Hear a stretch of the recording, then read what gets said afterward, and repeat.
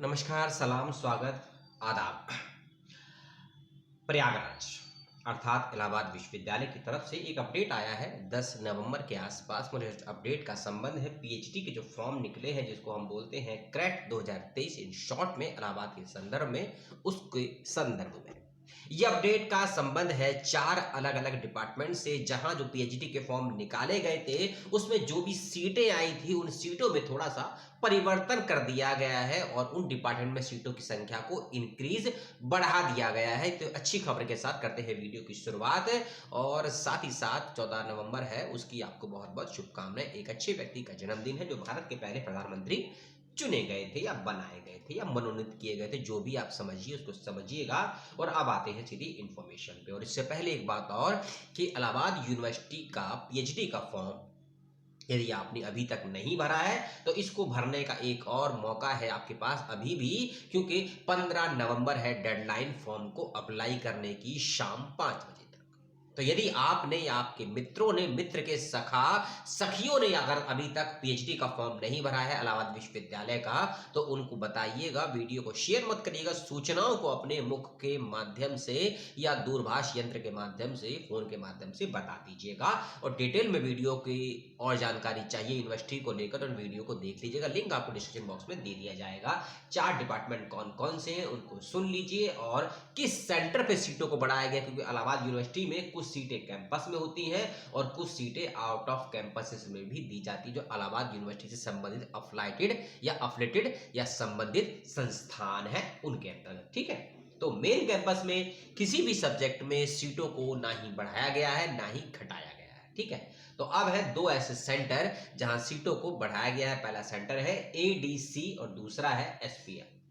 ADC centre का मतलब सुन लीजिए, इलाहाबाद डिग्री कॉलेज है, पहला सेंटर है। और दूसरा इसमें सेंटर मैंने आपको बताया एसपीएम, जो है श्यामा प्रसाद मुखर्जी। ठीक है, तो इन 2 सेंटर पर सीटों को बढ़ाया गया है। पहले हम बात करेंगे एडीसी सेंटर की। ठीक है, जहां इलाहाबाद डिग्री कॉलेज है, जिसमें 3 डिपार्टमेंट में सीटों को बढ़ाया गया है। पहला डिपार्टमेंट है मिडिवल एंड मॉडर्न हिस्ट्री, इसके अंदर 2 सीट अब आ गई है। पहले इसमें कोई सीट नहीं थी इस सेंटर पे, अब यहां 2 सीटें आ गई हैं। दूसरा डिपार्टमेंट है संस्कृत डिपार्टमेंट में 6 सीटें आ गई हैं इलाहाबाद डिग्री कॉलेज के इस सेंटर पर ही, ध्यान रखिएगा।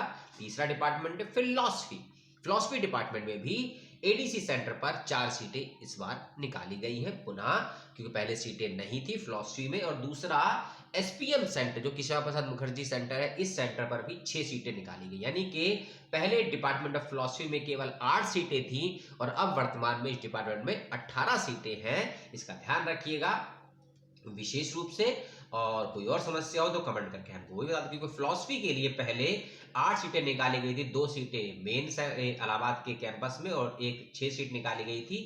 ये है ईश्वर शरण डिग्री कॉलेज आईएसडीसी सेंटर में। लेकिन अब एसपीएम सेंटर पर 4 और एडीसी सेंटर पर 6 सीटें निकाली गई हैं इलाहाबाद यूनिवर्सिटी फिलॉसफी डिपार्टमेंट में।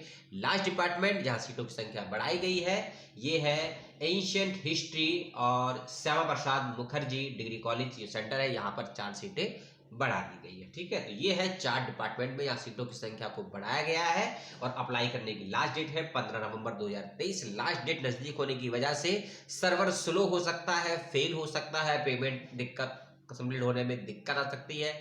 घबराइएगा मत, 2 से 3 घंटे का वेट करिएगा, सब आपकी जो समस्या है वो ठीक हो जाएगी। और यदि 15 नवंबर शाम 5 बजे तक समस्या वैसी की वैसी है तो इसका मतलब है डेडलाइन खत्म हो गई है, सर्वर बंद कर दिया गया है। और अगर डेडलाइन को एक्सटेंड किया जाएगा और उसके विषय में कोई नोटिफिकेशन सूचना आती है, वीडियो बनाकर आपको दे दिया जाएगा किस विषय में कितनी और सीटें हैं, क्या एप्लीकेशन फॉर्म भरने की एलिजिबिलिटी है, क्या अलग क्राइटेरिया है, क्या एंट्रेंस एग्जामिनेशन का पैटर्न होगा, क्या एंट्रेंस का सिलेबस होगा, इसको लेकर डिटेल में वीडियो मौजूद है। उसका लिंक डिस्क्रिप्शन बॉक्स में आपको पुनः दे दूंगा, मैं फिर से आपको बता रहा हूं, तो घबराइएगा और परेशान मत होइएगा। एक प्रोस्पेक्टर है लगभग 100-125 पेज का, उसको पढ़ने की जरूरत है नहीं। मुश्किल से मुश्किल 15 से 20 पेज प्रारंभ के आप पढ़ लेंगे तो आप फॉर्म को अच्छे से भर लेंगे। सभी जानकारी अगर आपके पास होंगी फॉर्म को भरने से पहले, तो एग्जाम देते वक्त में, एग्जाम के बाद में, इंटरव्यू के समय में कोई दिक्कत आपको नहीं आएगी।